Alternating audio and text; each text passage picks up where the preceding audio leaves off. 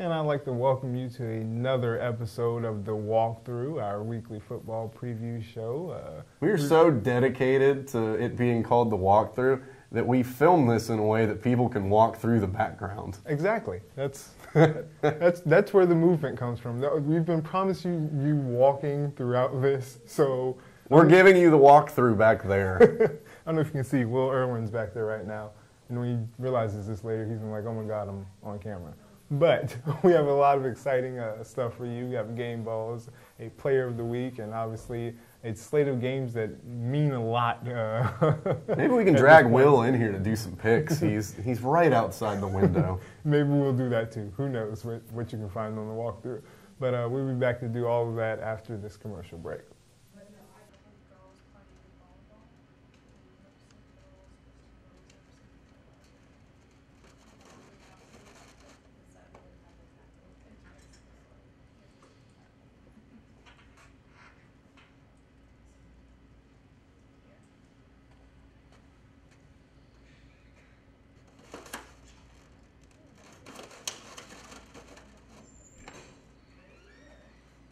I know as the newest intern, I'm supposed to bring donuts every day, but that's long. Really, Dalton? Pancakes again? All right, we're back here at our spooky themed chalkboard this week. Some great game ball font there for another... for some scary good performances. Yes, there you go, bringing it full circle here. But I'm going to start out with some guys from North Augusta. Quarterback Tanner White earned himself one this week in a victory. They passed for 112 yards and 2 touchdowns and ran for another 148 yards. So he had a pretty big game, over 200 yards of total offense. Some classic Tanner White stuff in a win. Definitely. And on the defensive side, a guy that we have seen before, Corey Collier, he finished the game with 13 tackles. But more importantly, yes, he is on the board because he also had an 8-yard touchdown run. He ran the ball 2 times, actually, but he had an 8-yard touchdown run, so obviously you got to get him on the board for that. You know, after the kick return score to open the season, I was hoping he'd get the ball back soon. And yeah. Now we'll just have to see how many touchdowns he can score this season. We'll see if he can add them up. Somebody who added up some touchdowns on Friday night, South Aiken's Jesse Sanders ends up passing for 181 yards, ran for 112, and had 3 total touchdowns, including his best Vince Young impersonation in the final minute there for South Aiken to get into the end zone and seal that victory for South Aiken in a shootout with Brooklyn Casey.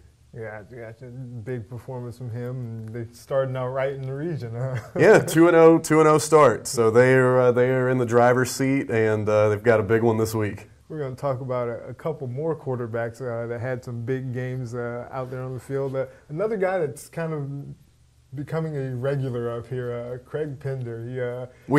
He hasn't given us a reason to leave him off. Exactly. We may put him up there and leave him there for real.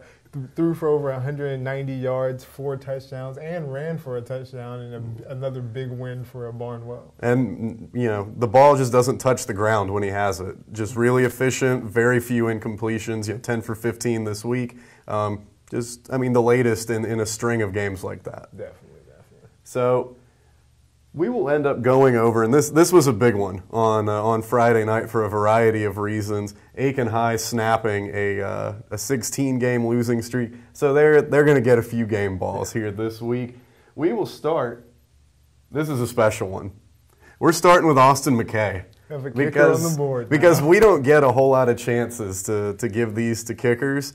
Austin McKay, though, perfect on his extra point attempts, went 5 for 5. Made a couple of field goals, including a 40-yarder in the fourth quarter there, and his kickoffs gave Midland Valley some trouble as well. Just made for some adventures in the return game. So plenty of reason for him to be up here, and we got to get some more kickers up here over the course of the season. The first kicker game ball. This is a historic moment. So we're gonna get more up here somehow. So we'll stay with Aiken, and we will go with quarterback Corey Wallace, who threw for 290 yards and 4 touchdowns. And like he has all season, the deep ball was just dialed in against Midland Valley. And, made some plays with his legs, too. We've come to expect that from him. Big game from him. Another guy who made some plays with his legs, Jeremiah Green. He ends up going for 160 total yards and a touchdown. Just had some hard runs in there, too, where it's, maybe not the biggest gain, but he flattens somebody on the sideline and it gets his teammates all fired up. Big momentum stuff for a team that, they were just waiting to break through. Every momentum play, it helps. And, big game from him. And also just his contributions on defense. They held Midland Valley in check. So, in all phases of the game, Jeremiah Green getting it done. And now that you've given out all those Aiken game balls, we'll move right along. And I'm going to give out another quarterback game ball to Jaquan Harris. However, most of his highlights came in the run game. Yeah. Obviously, Sharon Thurman likes to run, and we're used to seeing Stanley Hill run it a lot. However, Harris ran for 217 yards and 3 touchdowns in that game. He gave Hill a break to get ready for Gilbert. Exactly. That's what he did. But a big game from him, and a big part of the reason they came out with a big region victory. So, we're going to go with a region victory that was done in about the most efficient way possible, which was Wagner Sally's win over North. And we'll go with Antonio Swedenberg right there, the ever-confident sophomore defensive back for the War Eagles. Had another interception this week. Also had an 81-yard kickoff return for a touchdown and a punt return for a touchdown in a game that, was shortened as quickly as it started. Not a lot of opportunities to make those plays, yet, he made 3 huge ones for Wagner Sally. Gotcha.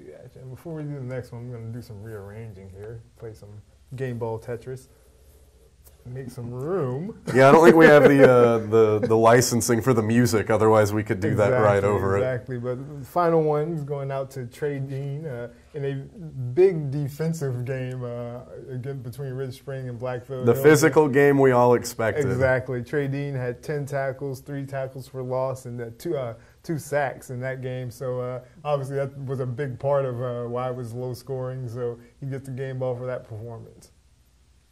And we will come back and hand out the Chick-fil-A of the Week award to one of these players. We had 3 very deserving finalists, and after break, we'll find out who. Keep your family comfortable all year long and save money on your utility bills with a preferred client service program from Holly Heating and Air.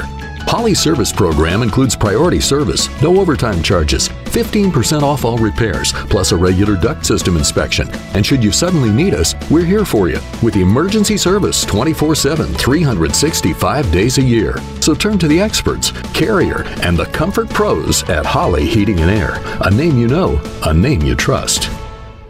And we're back, and we'd like to first start by congratulating South Aiken quarterback Jesse Sanders for winning our Chick-fil-A Player of the Week award this week after a strong performance against Brooklyn Casey, leading his team down the field to win the game. Yeah, they go 80-plus yards in the final few minutes, and only fitting that he would get that game-winning touchdown to punctuate a game where he had, so many yards, 181 passing, 112 rushing, and those 3 touchdowns. Of course. So congratulations to him, and we'll be seeing him out there on the field on Friday. And, oh, man, that's a big one, Friday.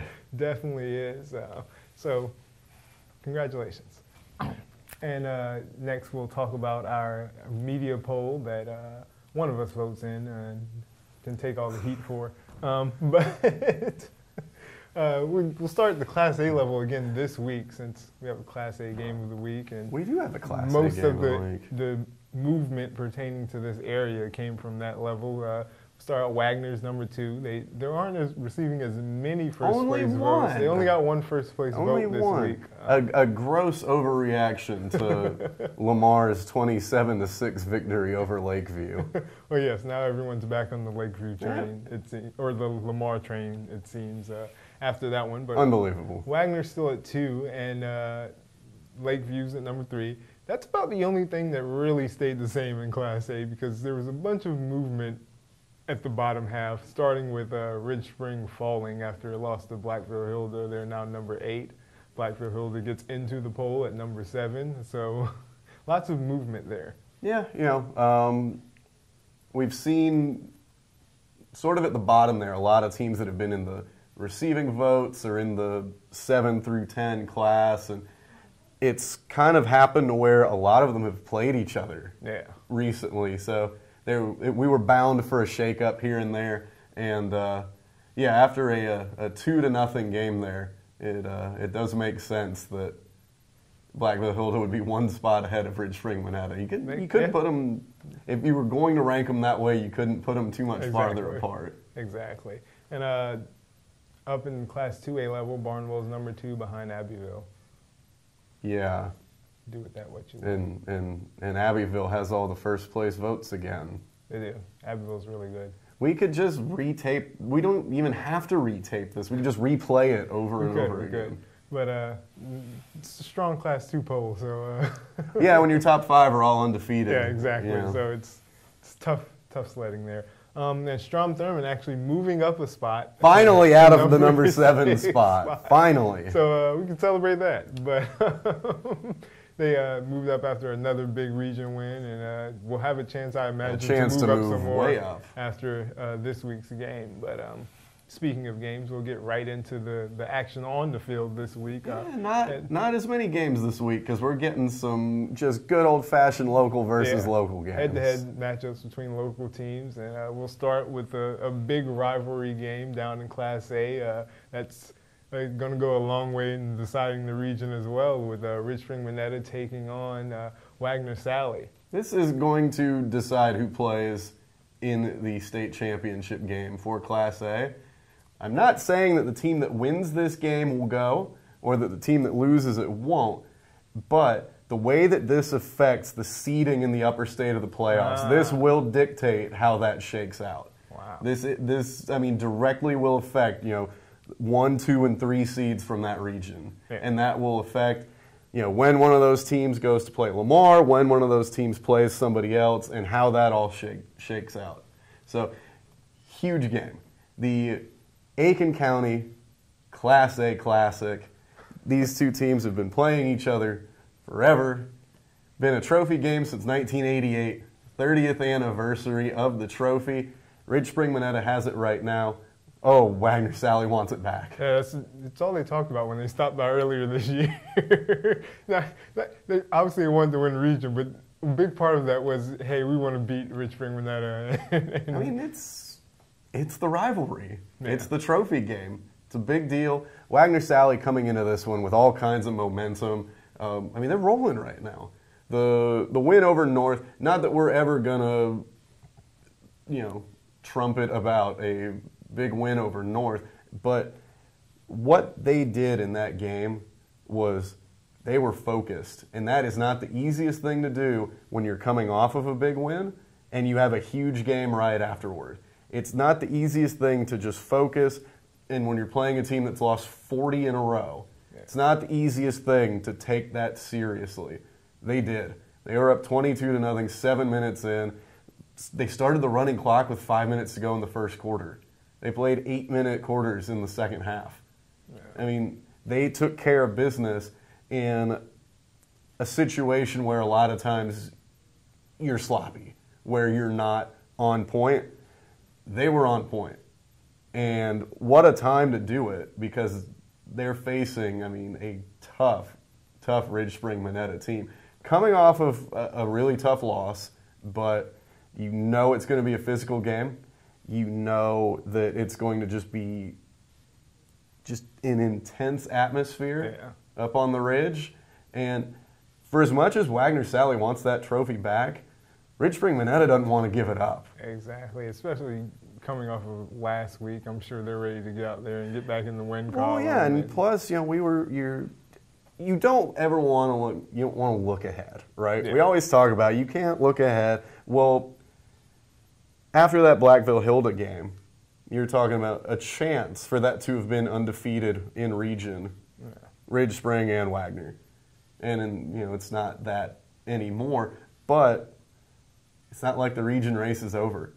Definitely. There's a chance to make this thing really, really interesting. And may look at the 2-0 result and think, oh, that was a low-scoring game, but on the one side of that, you have to realize that also Rich Spring held Blackville Hill to the 2 points. And none of those scored by the offense. Exactly. You know, you're talking about a safety right at the beginning of the game, and that's what ends up deciding it. Well, yeah, I mean, you're looking at two defenses that allowed the opposing offenses across the 50 once during the game. I mean, that's something to be concerned about if you're drawing up an offensive game plan. Definitely. So we'll see what they have in store for us. So this is going to be a fantastic football game. You can watch it on AikenStandard.com. You should watch it on AikenStandard.com. And Atlantic Broadband, cable havers, I don't know. Subscribers. That's what I was looking for. Yeah. Can tune in to Channel 12. We have those too, oddly enough. Cable havers. Cable havers.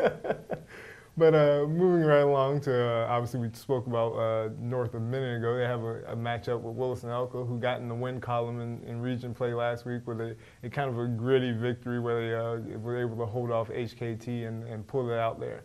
Yeah, you know, just they wanted to see something go their way. You know, you get a win to build up momentum. The way that the schedule shakes out, the two toughest games came first. And then obviously Blackville Hill is a big one at the end, big Barnwell County rivalry. But yeah, there's a stretch here where Willis and Elko can start to heat up a little bit. And just with their experience in big games, their experience in the postseason, their culture as a program, you don't want to face them in the playoffs if you don't have to. And especially if they're hot. That would be a nightmare, actually. Yeah, you don't want to face, even now, you know, shorthanded, banged up. I don't care. If it's Willis and Elko and they're on a win streak, I wouldn't want any part of them. Yeah, definitely. And they'll look to, you know, make it a couple in a row now against North. Yeah, they came off, battled back from adversity, something Youngboy said he was proud of after the game. And he actually said he wasn't even, at that time, he wasn't even looking at the momentum that it built. He was more so like, I'm excited about this victory. Yeah, they won a football game, and it had been, you know, a couple of tough losses that had preceded that. It just was good. It feels good to win a game. So it's good to be going out there this week with that positive momentum. Though, and we'll see now how many of these in a row they can stack up. Definitely. Moving right on up to 2A, one of our area teams that's trying to bounce back actually from a rough one. Fox Creek will go on and face another tough region opponent in Saluda. Yeah, that's a brutal region. It's a rough schedule. It's a rough schedule. You know, having played the defending state champions, the undefeated, unchallenged Abbeville last Thursday, and getting shut out. Now it's, you know, regroup and take on a Saluda team that they're physical too. Yeah, they shut out Silver Bluff. So that defense, they'll have some similar challenges to face this week. Physical team. Saluda got the pass game going last week as well. You know, in that game against 96, ultimately one they lost because 96's quarterback is Superman. Yeah. But they got the pass game going, and that was something that we expect that from Saluda, that they're going to play physical up front and that they can throw it around a little bit. So that was maybe a momentum thing for them, but you know, they ran into a stretch there where they gave up big plays to a dynamic athlete.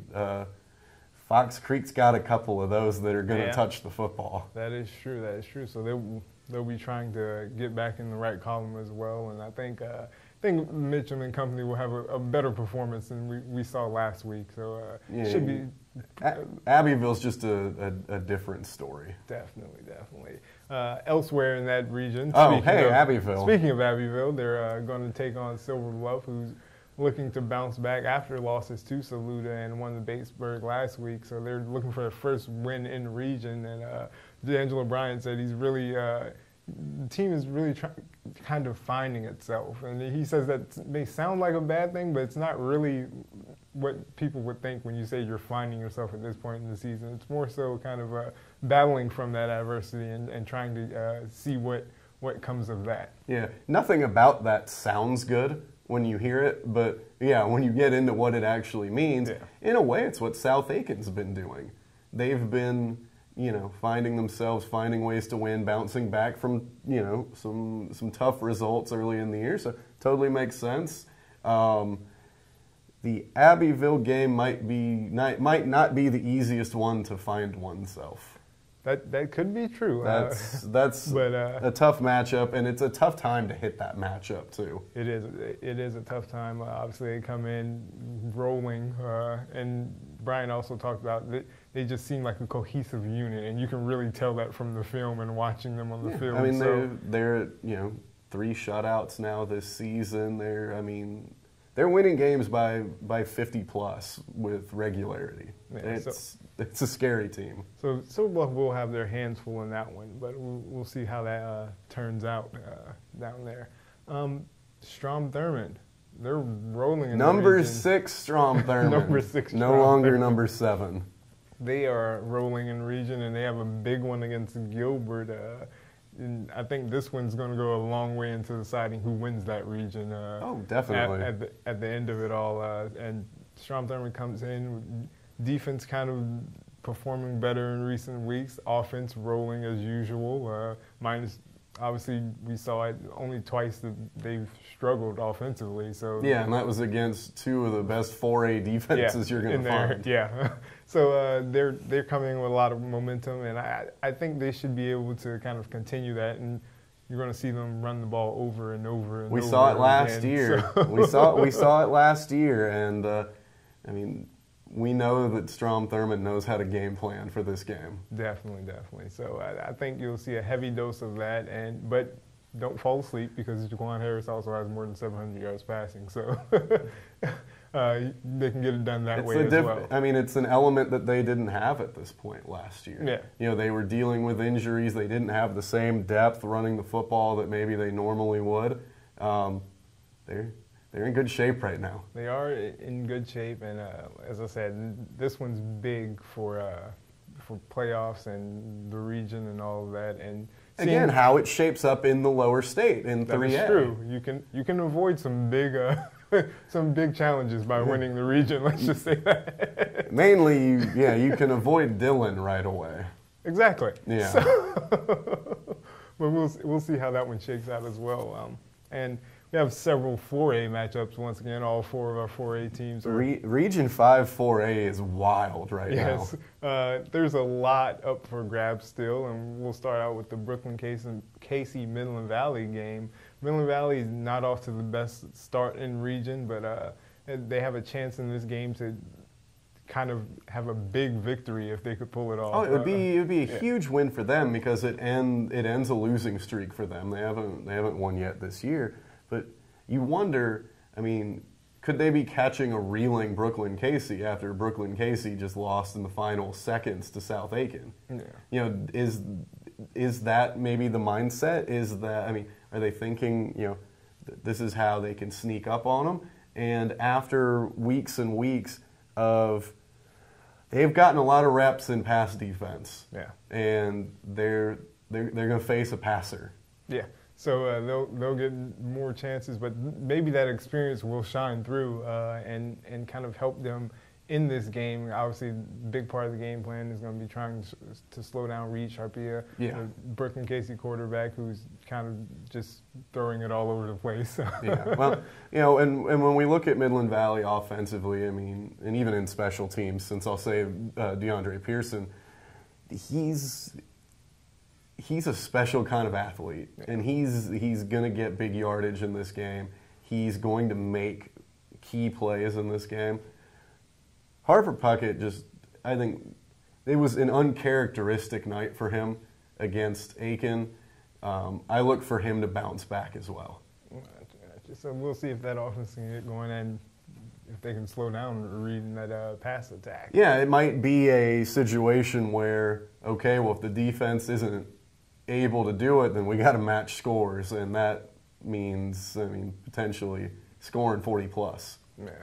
And I spoke about Midland Valley's game last week. Obviously, Aiken got a victory, big win for them, and now they take on Airport. And what that victory did was it made them even with a lot of the middle of the pack right now in the region. And you got 4 teams in there, I believe, that are 1-1. Definitely, and with the win, Aiken could be in a tie for second place in the region right now. Yeah. Or with a win and the correct result elsewhere, they could be in a tie for first place in the region after this game. So there's a lot at stake in this game. Well, and we're seeing right now, I think, for Aiken, maybe a little bit of a payoff from all that they've endured over the last year and change.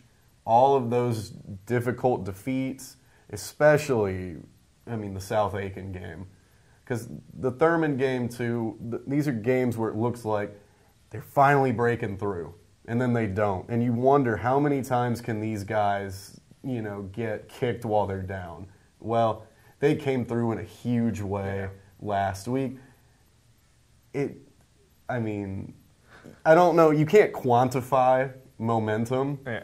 But I'd like to see somebody who's riding higher than they are right now. Exactly. So I feel like they're going to come in and probably put up another big night offensively in this one. I just don't know that Airport has enough to slow down that Aiken offensive attack. We'll see. The deep ball will be dialed in. Friday night, that's for sure. That's been the case since week 1 now. So we'll expect to see a lot of that. Elsewhere in the region, this is another one that saved a huge one for last. This kind of can decide where everyone else sits in the region and who's in first and who's in second with 2 games remaining in region play. But North Augusta taking on South Aiken in a huge region matchup. Yeah, this is, an absolute monster of a football game. And we're looking at a North Augusta team coming off of, they really stifled Airport in that win after a week where, down the stretch, they didn't do themselves a whole lot of favors in that loss to Brooklyn Casey. So got back to doing some things the way that they normally do them. So, it's the North Augusta team in a way that, everyone's grown to know and love, or if they've faced them, to hate, because they're the way that they do things, especially defensively, they are so tough to beat. And here comes the South Aiken team that keeps finding ways to win. Yeah. And a team that they've gotten it done in a variety of ways, and a team that's proving that the season doesn't end after week 1. With the rough start that they had and the young team that they have, I think that some folks gave up on South Aiken. And it's been tough wins since then, but Chris Hamilton, the way that he put it is, just they've got guts. They of anything, they've got guts. Basically, yeah. If you think about it, South Aiken, I know people don't like to think about it like this, but it's 3/4 away from being unbeaten. They were tied with Greenwood at halftime and came out and just didn't perform in those 2 quarters, and then they let Lakeside come back on them. So, that's how much this team has grown since that point. It's not been that long. Yeah, it's been 6 weeks, 7 weeks, something like that, for the 2 of them together. Not the math guy, but we have computers for that. But they're finding ways to win. I think there were a lot of folks, some in this building, who didn't think they would beat Strom-Thurmond. Well, they shut out Strom-Thurmond. There were some people, I think, that didn't think that they would, beat Brooklyn Casey, that didn't think they would beat Lexington. Well, they did. They did. They are finding ways to win. And, say the defense doesn't have it. Well, the offense really got going last week. That North Augusta defense is one heck of a challenge, though. They are. Time and time again, when you look at their performances, you know that regardless of what else happens, the defense is there. The defense is there. So we look at, what's Tanner White going to do against the South Aiken defense? Can he and Jakari Buxton get things going in the run game together? How will the pass game shake out? I mean, there's so many different little matchups on the field that are going to be so exciting to watch on Friday. And South Aiken has seen something similar to what North Augusta is doing on offense in that Greenwood game, with a lot of quarterback running, but it can also pass. So I think they've seen it enough to kind of have a good game plan, and they've seen North Augusta enough to have a good game plan for it. So yeah, I mean it's the North Augusta that they've seen before. Yeah. So there aren't going to be a whole lot of secrets between either of these teams. It's going to be a good, hard-hitting football game. Definitely. And there's a ton on the line too. That too.